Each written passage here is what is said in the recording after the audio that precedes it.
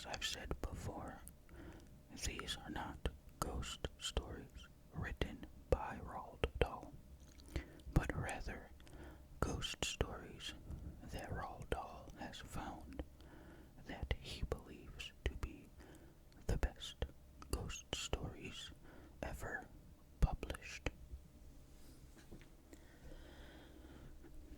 So, if you don't find this ghost story to be particularly good, you can blame Roald Dahl.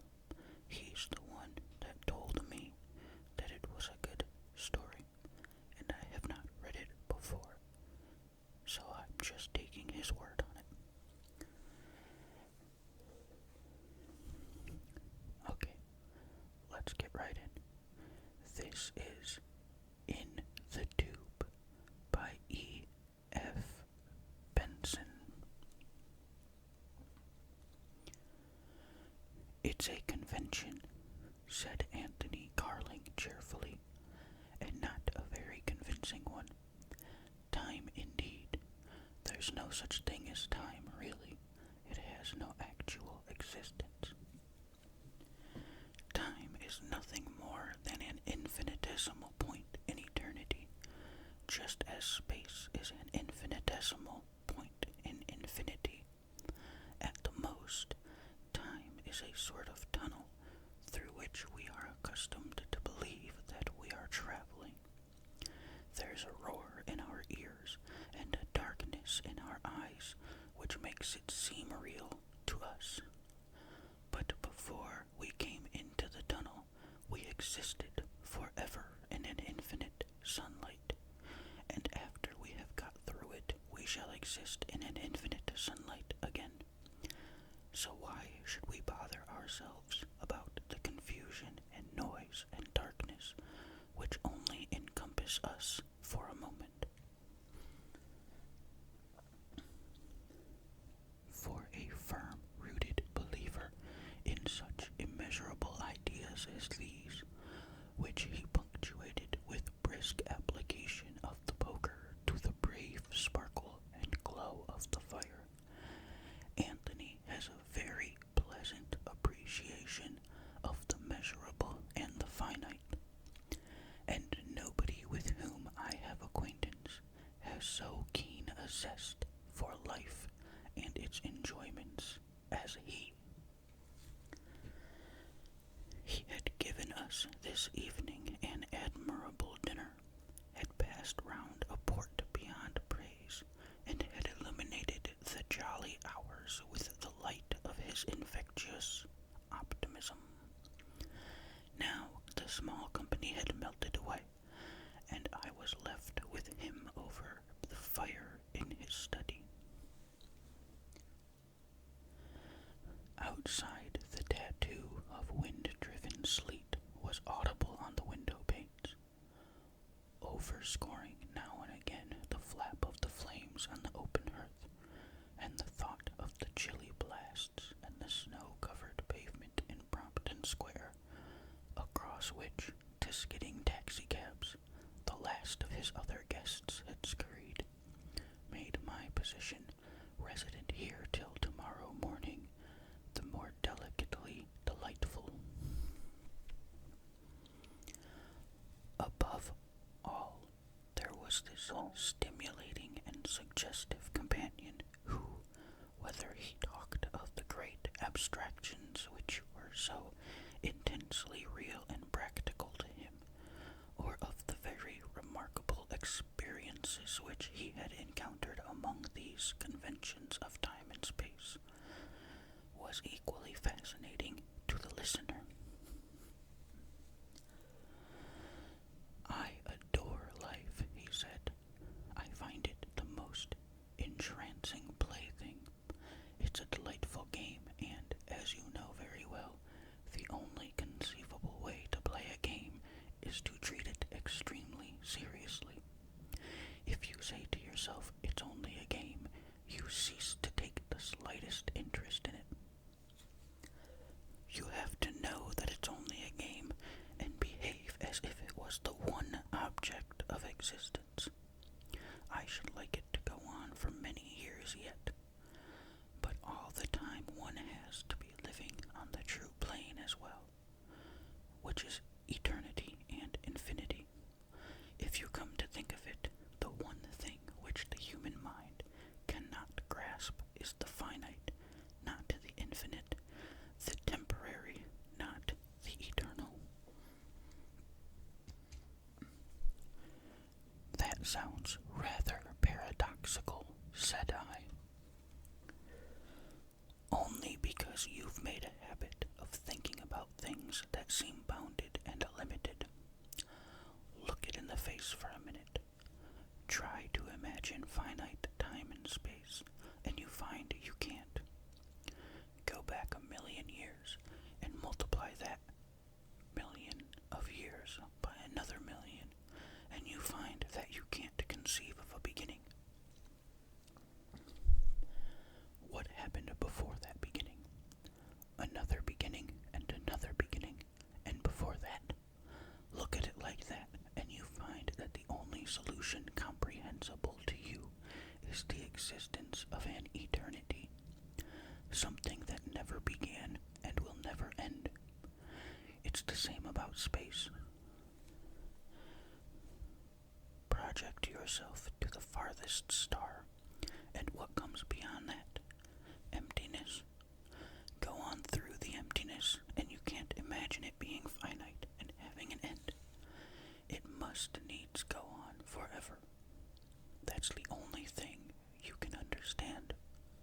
There's no such thing as before or after, or beginning or end, and what a comfort that is. I should fidget myself to death if there wasn't the huge soft cushion of eternity to lean one's head against. Some people say, I believe I've heard you say it yourself, that the idea of eternity is so tiring you feel that you want to stop. But that's because you are thinking of eternity in terms of time and mumbling in your brain, and after that, and after that. Don't you grasp the idea that in eternity there isn't any after, any more than there is any before? It's all one. Eternity isn't a quantity, it's a quality. Sometimes, when Anthony talks in this manner, I seem to get a glimpse of that which to his mind is so transparently clear and solidly real. At other times, not having a brain that readily envisages abstractions, I feel as though he was pushing me over a precipice, and my intellectual faculties grasp wildly at anything tangible or comprehensible. This was the case now, and I hastily interrupted. But there is a before and after, I said. A few hours ago you gave us an admirable dinner, and after that, yes, after, we played bridge, and now you are going to explain things a little more clearly to me, and after that I shall go to bed. He laughed. You shall do exactly as you like, he said, and you shan't be a slave to time either tonight or tomorrow morning. We won't even mention an hour for breakfast, but you shall have it in eternity whenever you awake. And as I see it is not midnight yet, we'll slip the bonds of time and talk quite infinitely. I will stop the clock if that will assist you in getting rid of your illusion, and I'll tell you a story which to my mind shows how unreal so-called realities are, or at any rate, how fallacious are our senses as judges of what is real and what is not. Something occult, something spookish, I asked, pricking up my ears, for Anthony has the strangest clairvoyances and visions of things unseen by the normal eye. I suppose you might call some of it occult, he said, though there's a certain amount of rather grim reality mixed up in it. Go on. Excellent mixture, said I. He threw a fresh log on the fire. It's It's a longish story, he said. You may stop me as soon as you've had enough, but there will come a point for which I claim your consideration. You who cling to your before and after, has it ever occurred to you how difficult it is to say when an incident takes place? Say that a man commits some crime of violence. Can we not, with a good deal of truth, say that he really commits that crime when he definitely plans and determines upon it, dwelling on it with gusto? The actual commission of it, I think we can reasonably argue, is the mere material sequel of his resolve. He is guilty of it when he makes that determination. When, therefore, in the term of before and after, does the crime truly take place? There is also in my story a further point for your consideration, for it seems certain that the spirit of a man, after the death of his body, is obliged to reenact such a crime, with a view, I suppose we may guess, to his remorse and his eventual redemption. Those who have second sight have seen such reenactments. Perhaps he may have done his deed blindly in this life, but then his spirit recommits it with its spiritual eyes open and able to comprehend its enormity. So, shall we view the man's original determination and the material commission of his crime only as preludes to the real commission of it, when with eyes unsealed he does it and repents of it? That all sounds very obscure when I speak in the abstract, but I think you'll see what I mean if you follow my tale. Comfortable? Got everything you want? Here goes, then. He leaned back in his chair, concentrating his mind, and then spoke.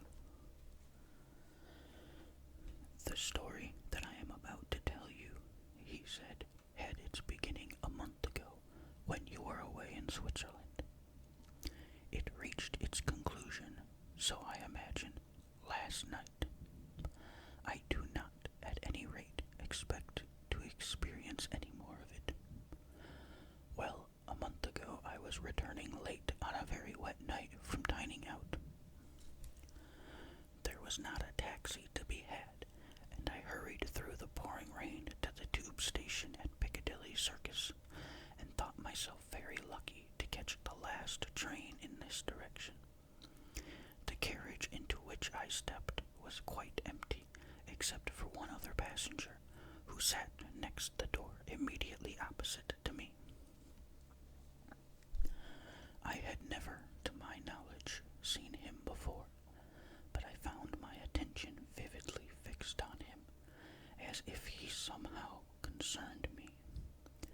He was a man of middle age, in dress clothes, and his face wore an expression of intense thought, as if in his mind he was pondering some very significant matter, and his hand, which was resting on his knee, clenched and unclenched itself. Suddenly he looked up and stared me in the face, and I saw there suspicion and fear, as if I had surprised him in some secret deed. At that moment we stopped at Dover Street, and the conductor threw open the doors, announced the station, and added, "Change here for Hyde Park Corner and Gloucester Road."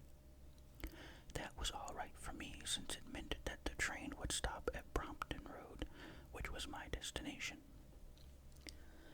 It was all right, apparently, too, for my companion, for he certainly did not get out, and after a moment's stop, during which no one else got in, we went on.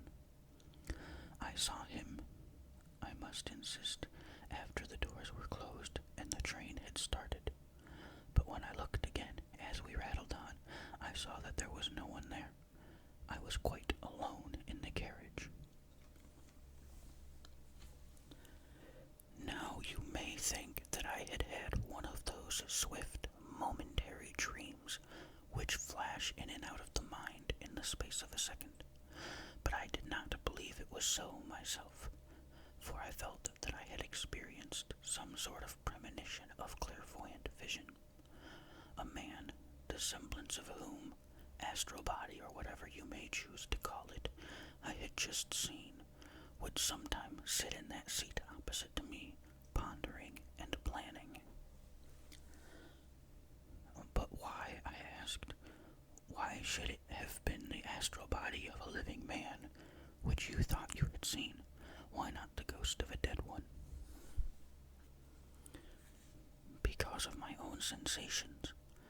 The sight of the spirit of someone dead, which has occurred to me 2 or 3 times in my life, has always been accompanied by a physical shrinking and fear, and by the sensation of cold and of loneliness. I believed, at any rate, that I had seen a phantom of the living, and that impression was confirmed, I might say, proved, the next day, for I met the man himself, and the next night, as you shall hear, I met the phantom again. We will take them in order. I was lunching, then, the next day with my neighbor, Mrs. Stanley. There was a small party, and when I arrived, we waited but for the final guest. He entered while I was talking to some friend, and presently at my elbow I heard Mrs. Stanley's voice.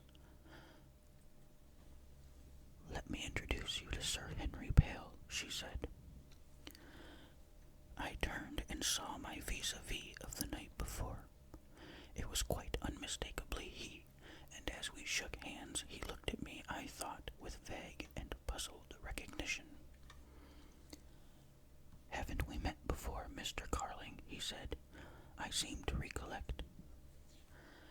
For the moment I forgot the strange manner of his disappearance from the carriage, and thought that it had been the man himself who I had seen last night.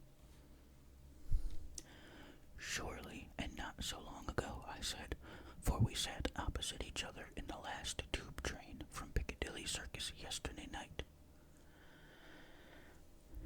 He still looked at me, frowning, puzzled, and shook his head. "That can hardly be," he said. "I only came up from the country this morning."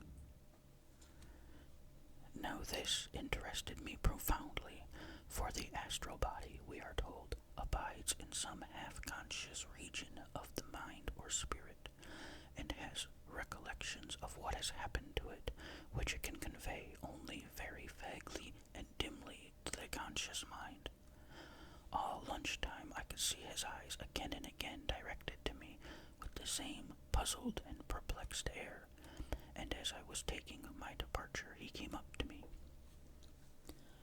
"I shall recollect one day," he said, "where we met before, and I hope we may meet again. Was it not?" And he stopped. "No, it has gone from me," he added. The log that Anthony had thrown on the fire was burning bravely now, and its high flickering flame lit up his face. "Now, I don't know whether you believe in coincidences as chance things," he said, "but if you do, get rid of the notion. Or if you can't at once, call it a coincidence that that very night I again caught the last train on the tube going westwards. This time, so far from my being a solitary passenger, there was a considerable crowd waiting at Dover Street, where I entered, and just as the noise of the approaching train began to reverberate in the tunnel, I caught sight of Sir Henry Pale, standing near the opening from which the train would presently emerge, apart from the rest of the crowd. And I thought to myself how odd it was that I should have seen the phantom of him at this very hour last night, and the man himself now, and I began walking towards him with the idea of saying, "Anyhow, it is in the tube that we meet tonight," and then a terrible and awful thing happened. Just as the train emerged from the tunnel, he jumped down onto the line in front of it, and the train swept along over him up the platform. For a moment I was stricken with horror at the sight, and I remember covering my eyes against the dreadful tragedy. But then I perceived that, though it had taken place in full sight of those who were waiting, No one seemed to have seen it except myself. The driver, looking out from his window, had not applied his brakes. There was no jolt from the advancing train, no scream, no cry, and the rest of the passengers began boarding the train with perfect nonchalance. I must have staggered, for I felt sick and faint with what I had seen, and some kindly soul put his arm round me and supported me into the train. He was a doctor, he told me, and asked if I was in pain or what ailed me. I told him what I thought I had seen, and he assured me that no such accident had taken place. It was clear then, to my own mind, that I had seen the second act, so to speak, in this psychical drama, and I pondered next morning over the problem as to what I should do. Already I had glanced at the morning paper which, as I knew would be the case, contained no mention whatever of what I had seen. The thing had certainly not happened, but I knew in myself that it would happen. The flimsy veil of time had been withdrawn from my eyes, and I had seen into what you would call the future. In terms of time, of course, it was the future, but from my point of view, the thing was just as much in the past as it was in the future. It existed and waited only for its material fulfillment. The more I thought about it, the more I saw that I could do nothing. I interrupted his narrative. "You did nothing," I exclaimed. "Surely you might have taken some step in order to try to avert the tragedy." He shook his head. "What step, precisely?" he said. "Was I to go to Sir Henry and tell him that once more I had seen him in the tube, in the act of committing suicide? Look at it like this. Either what I had seen was pure illusion, pure imagination, in which case it had no existence or significance at all, or it was actual and real, and essentially it had happened. Or take it, though not very logically, somewhere between the two. Say that the idea of suicide, for some cause of which I knew nothing, had occurred to him or would occur. Should I not, if that was the case, be doing a very dangerous thing by making such a suggestion to him? Might not the fact of my telling him what I had seen put the idea into his mind, or, if it was already there, confirm it and strengthen it? It's a ticklish matter to play with souls, as Browning says. But it seems so inhuman not to interfere in any way, said I, not to make any attempt. What interference? Asked he. What attempt? The human instinct in me still seemed to cry aloud at the thought of doing nothing to avert such a tragedy. But it seemed to be beating itself against something austere and inexorable. And cudgel my brain as I would, I could not combat the sense of what he had said. I had no answer for him, and he went on. You must recollect, too, he said, that I believed then and believe now that the thing had happened. The cause of it, whatever that was, had begun to work, and the effect in this material sphere was inevitable. That is what I alluded to when, at the beginning of my story, I asked you to consider how difficult it was to say when an action took place. You still hold that this particular action, this suicide of Sir Henry, had not yet taken place, because he had not yet thrown himself under the advancing train. To me, that seems a materialistic view. I hold that in all but the endorsement of it, so to speak, it had taken place. I fancy that Sir Henry, for instance, now free from the material dusks, knows that himself. Exactly as he spoke, there swept through the warm-lit room a current of ice-cold air, ruffling my hair as it passed me, and making the wood flames on the hearth to dwindle and flare. I looked round to see if the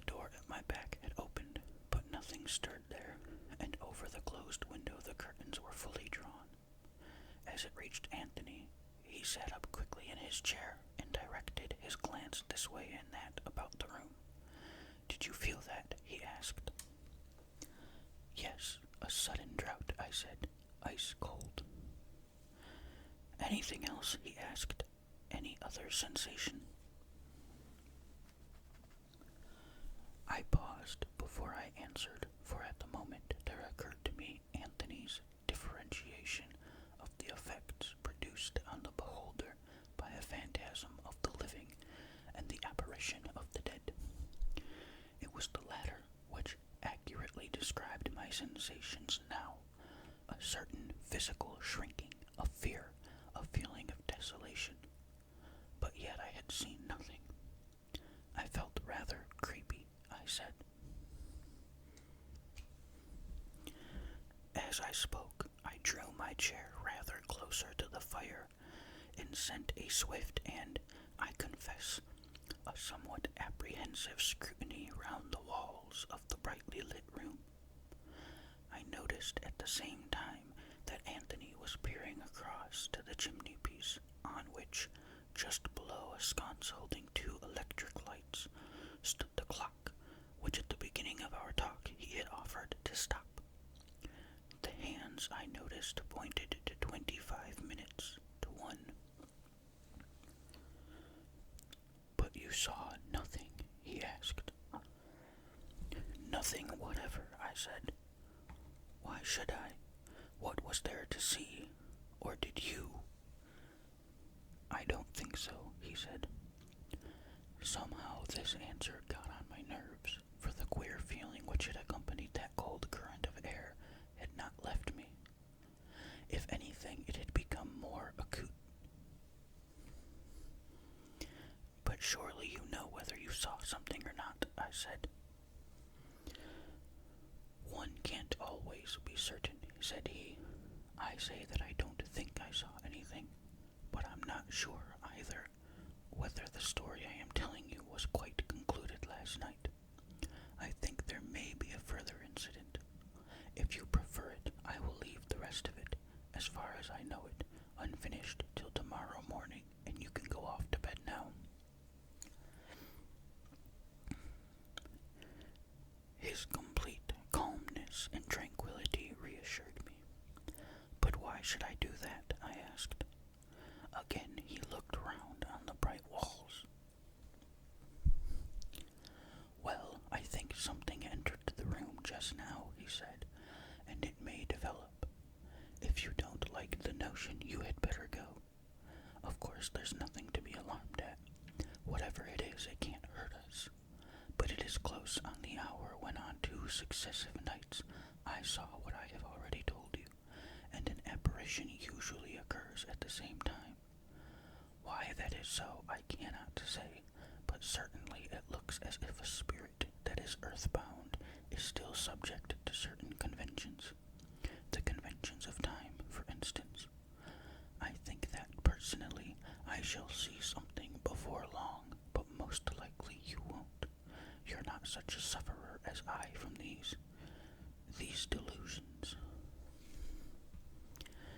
I was frightened and knew it, but I was also intensely interested, and some perverse pride wriggled within me at his last words. Why, so I asked myself, shouldn't I see whatever was to be seen? "I don't want to go in the least," I said. "I want to hear the rest of your story."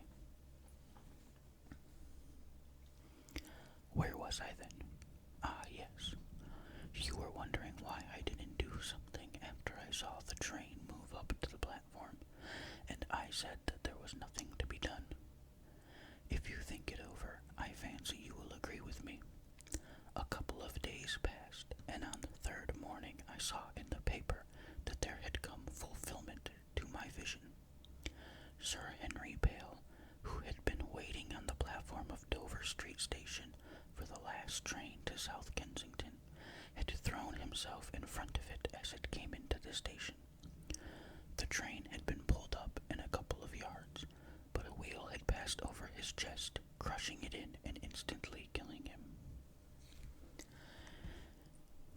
An inquest was held, and And there emerged at it one of those dark stories which, on occasions like these, sometimes fall like a midnight shadow across a life that the world perhaps had thought prosperous. He had long been on bad terms with his wife, from whom he had lived apart, and it appeared that not long before this he had fallen desperately in love with another woman. The night before his suicide, he had appeared very late at his wife's house, and had a long and angry scene with her, in which he entreated her to divorce him, threatening otherwise to make her life a hell to her.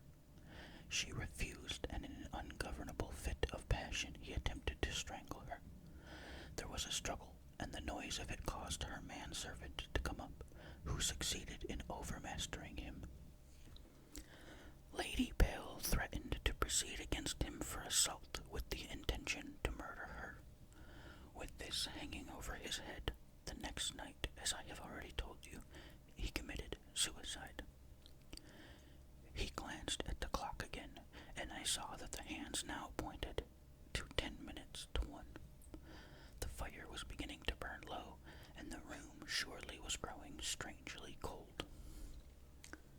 "That's not quite all," said Anthony, again looking round. "Are you sure you wouldn't prefer to hear it tomorrow?" The mixture of shame and pride and curiosity again prevailed. "No, tell me the rest of it at once," I said. Before speaking, he peered suddenly at some point behind my chair, shading his eyes. I followed his glance and knew what he meant by saying that sometimes one could not be sure whether one saw something or not. But was that an outlined shadow that intervened between me and the wall? It was difficult to focus. I did not know whether it was near the wall or near my chair. It seemed to clear away anyhow as I looked more closely at it. "You see nothing?" asked Anthony. "No, I don't think so," said I. "And you?" "I think I do," he said, and his eyes followed something which was invisible to mine. They came to rest between him and the chimney piece.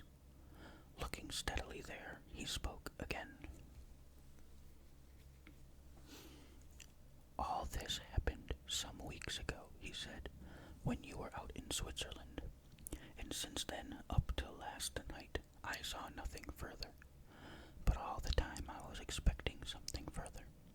I felt that, as far as I was concerned, it was not all over yet, and last night, with the intention of assisting any communication to come through to me from beyond, I went into the Dover Street tube station at a few minutes before 1 o'clock, the hour at which both the assault and the suicide had taken place.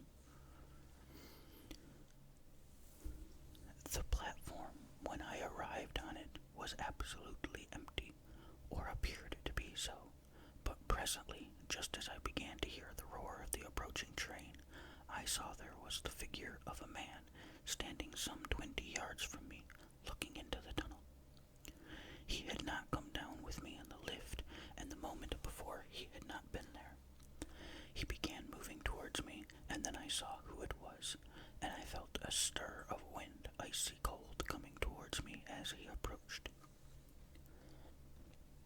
It was not the drought that heralds the approach of a train, for it came from the opposite direction. He came close up to me, and I saw there was recognition in his eyes. He raised his face towards me, and I saw his lips move, but, perhaps in the increasing noise from the tunnel, I heard nothing come from them. He put out his hand, as if entreating me to do something, and with a cowardice from which I cannot forgive myself, I shrank from him, for I knew, by the sign that I have told you, that this was one from the dead, and my flesh quaked before him, drowning for the moment all pity and all desire to help him, if that was possible. Certainly he had something which he wanted of me, but I recoiled from him, and by now the train was emerging from the tunnel, and next moment gesture of despair, he threw himself in front of it. As he finished speaking, he got up quickly from his chair, still looking fixedly in front of him. I saw his pupils dilate and his mouth worked. "It is coming," he said. "I am to be given a chance of atoning for my cowardice. There is nothing to be afraid of. I must remember that myself." As he spoke, there came from the paneling above the chimney-piece one loud, shattering crack, and the cold wind again circled about my head.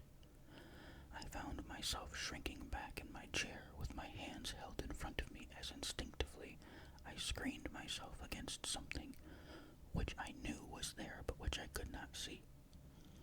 Every sense told me that there was a presence in the room other than mine and Anthony's, and the horror of it was that I could not see it. Any vision, however terrible, would, I felt, be more tolerable than this clear, certain knowledge that close to me was this invisible thing. And yet what horror might be disclosed of the face of the dead and the crushed chest? But all I could see, as I shuddered in this cold wind, was the familiar walls of the room, and Anthony standing in front of me, stiff and firm, making, as I knew, a call on his courage. His eyes were focused on something quite close to him, and some semblance of a smile quivered on his mouth. And then he spoke again. "Yes, I know you," he said, "and you want something of me. Tell me, then, what it is." There was absolute silence, but what was silence to my ears could not have been so to his, for once or twice he nodded, and once he said, "Yes, I see. I will do it." And with the knowledge that, even as there was someone there whom I could not see, so there was speech going on which I could not hear, this terror of the dead and of the unknown rose in me with the sense of powerlessness to move that accompanies nightmare. I could not stir, I could not speak. I could only strain my ears for the inaudible and my eyes for the unseen, while the cold wind from the very valley of the shadow of death streamed over me. It was not that the presence of death itself was terrible. It was that from its tranquility and serene keeping there had been driven some unquiet soul, unable to rest in peace for whatever ultimate awakening rouses the countless generations of those who have passed away, driven no less from whatever activities are theirs back into the material world from which it should have been delivered. Never, until the gulf between the living and the dead was thus bridged, had it seemed so immense and so unnatural. It is possible that the dead may have communication with the living, and it was not that exactly that so terrified me. For such communication, as we know it, comes voluntarily from them. But here was something icy cold and crime-laden that was chased back from the peace that would not pacify it. And then, most horrible of all, there came a change in these unseen conditions. Anthony was silent now, and from looking straight and fixedly in front of him, he began to glance sideways to where I sat and back again, and with that I felt the unseen presence had turned its attention from him to me. And now, too, gradually and by awful degrees, I began to see. There came an outline of shadow across the chimney-piece and the panels above it. It took shape. It fashioned itself into the outline of a man. Within the shape of the shadow, details began to form themselves, and I saw wavering in the air, like something concealed by haze, the semblance of a face, stricken and tragic, and burdened with such a weight of woe as no human face had ever worn.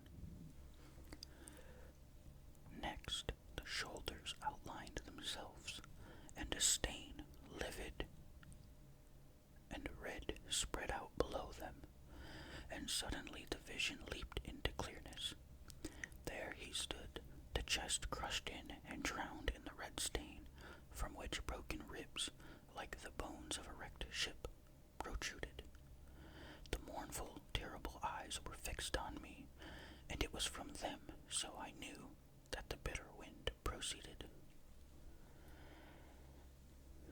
Then, quick as the switching off of a lamp, the spectre vanished, and the bitter wind was still, and opposite to me stood Anthony, in a quiet, bright-lit room. There was no sense of an unseen presence anymore.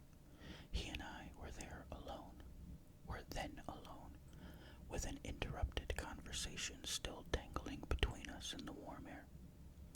I came round to that as one comes round after an anesthetic. It all swam into sight again, unreal at first and gradually assuming the texture of actuality. You were talking to somebody, not to me, I said. Who was it? What was it? He passed the back of his hand over his forehead, which glistened in the light.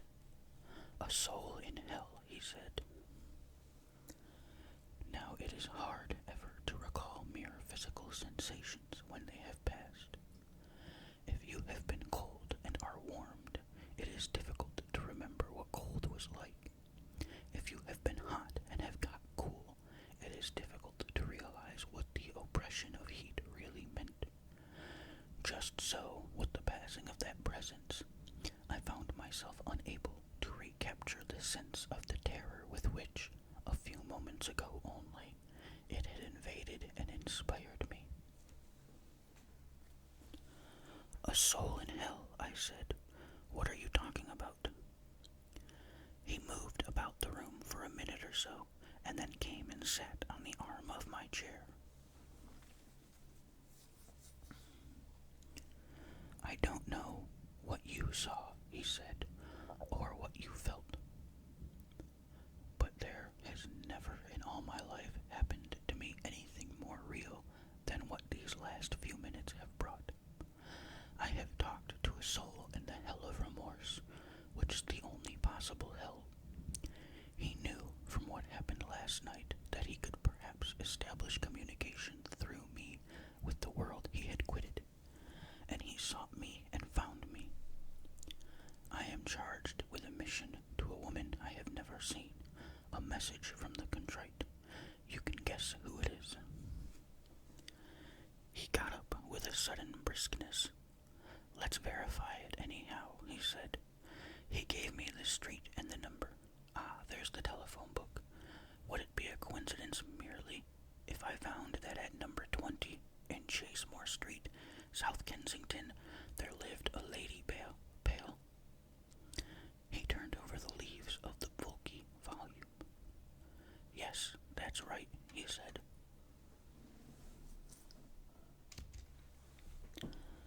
Well, that's it. That's the end of In the Tube by E.F. Benson.